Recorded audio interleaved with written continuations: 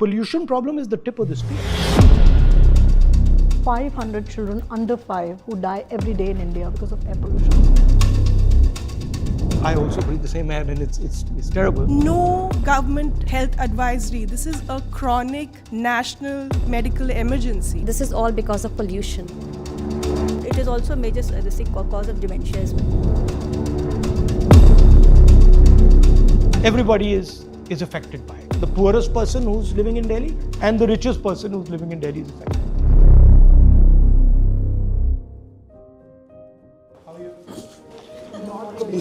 Not good. If you're not good, then you're in trouble. If you're not good, then everyone's in trouble. Yeah, the mothers, you can't. How are you, Mr. Gandhi? Like we see, the whole year's gone by and things are just worse and nothing will change. The problem is complete denial and of course something that, that even when the parliament sessions begins, we are somewhere sometimes protesting, doing some children's press conference or desperate moves to be heard that air pollution should be spoken there. So we are very thankful and grateful that, as leader of opposition, you have taken this up before the parliament session. I think this is going to go down in history. So far, it's never happened. So this is the situation we are in. Children, of course, are more vulnerable, as we know, because they breathe faster, their lungs are developing. And this is how the faster breathing makes them more vulnerable to all this toxicity. And there are almost close to 500 children under 5 who die every day in India because of air pollution. Yet, this has never been an emergency. Even if the emergency word is being named, it's mostly named by citizens and organizations and think tanks, isn't it? Not by the governments. The failure has been, one, of course, denial.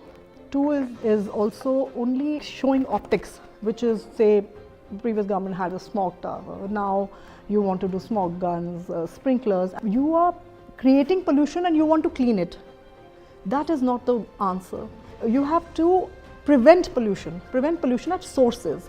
That means the systemic changes that you have to bring in. And the systemic changes means a lot of work within the government that may not show, but it's the real work, the real intent, the real political will. So I saw changes in my son. We moved back from US when he was 5 and immediately he was not able to breathe. And for 10 years he was on nebulizer. He's 15 now. Now the fear of not being able to breathe is so much in his body that he doesn't go out to play. He doesn't want to run. He used to do skating. He doesn't want to do that because the moment he does that, the pollution is so much that even though his body has become a little bit stronger than it was before, he still faces breathlessness. And I personally talked to his doctor and I was like, the doctor said, ma'am, I cannot say this online, like in an interview, but this is all because of pollution. And he said that now in the past 10-15 years, most of the kids who are coming to me, I'm giving them nebulizer, I'm giving them steroids. Really, sir, this problem is, I'm telling you, it's horrible.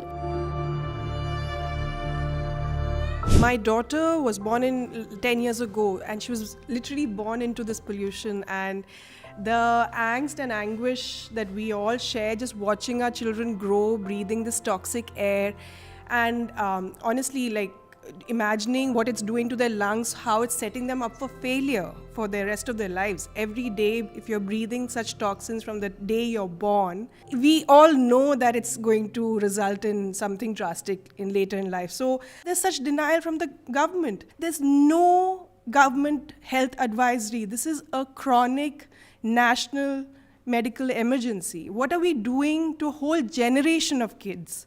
What does it set them up for? Just to be really, really sick adults who in turn will impact the economy.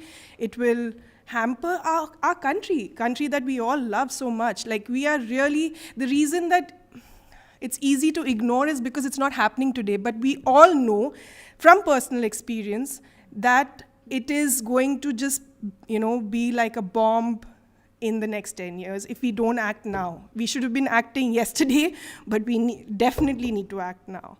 The reason there is pollution is because there are stakeholders who benefit from the pollution. Yes, And, absolutely. and to put it bluntly to you, they're more powerful than you are. Yeah. Absolutely. Right. And you know, like Right. Money Now, and now when you're power, talking political will, consequences of this power affect political will. I mean, if you have whatever 500 to 1,000 commercial units who are polluting Delhi, they have political power, right? And the problem is that the average citizen is not organized at all. So he has no political power. You already have a choice in terms of dealing with air pollution that many people in India don't have. You can go to the doctor, Yeah. right? So there are many people who I meet who say, my kids, Yes. that's it, done. Pollution problem is the tip of the spear. I'm more than happy to help you because I think this is important. I mean, I also breathe the same air and it's terrible. And you know, my niece and nephew grew up in it. You can't escape, right? There's no way. I mean, you can be Mr. Adani. Well, Mr. Adani can probably sit in his house and do his little air purifier stuff.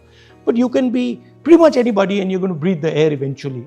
So in a sense that everybody is affected by it. The poorest person who's living in Delhi and the richest person who's living in Delhi is affected by it. You know, the health cost for the poorest is much higher. Higher. Absolutely. There's a serious equity For issue. Absolutely. A rich guy can go get a lung transplant done, but for my domestic help, she is one time still using wood because she's like, gas itna mehenga, I can't cook 2 times on a clean fuel. So even a clean fuel is not available to the majority of Indians.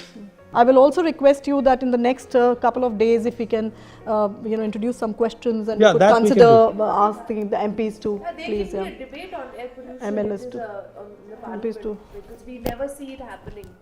No, it will be the first time. It's never happened.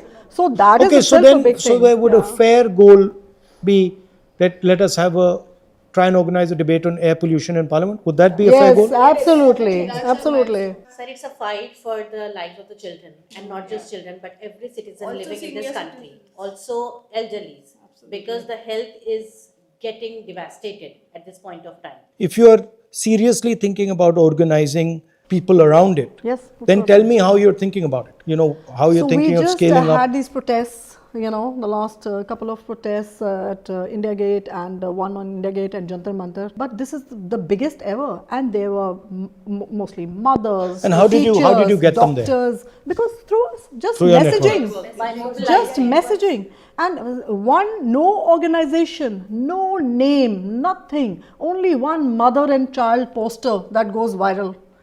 This shows the emotion. There are people. Last protest that's happened and it became, very.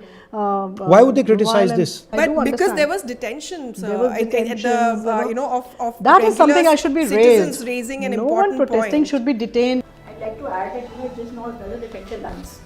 It also affects the heart, it affects the gut system, and it is also a major cause of dementia as well. So even the senior population is going to be severely affected. So you will actually have a public health emergency if air pollution is not catered to. Children's cognitive development. If these children are not going to be crippled, what are you talking about 10 trillion economy? Nothing will work in this country when the children will be crippled, struggling for life. This is where one role politicians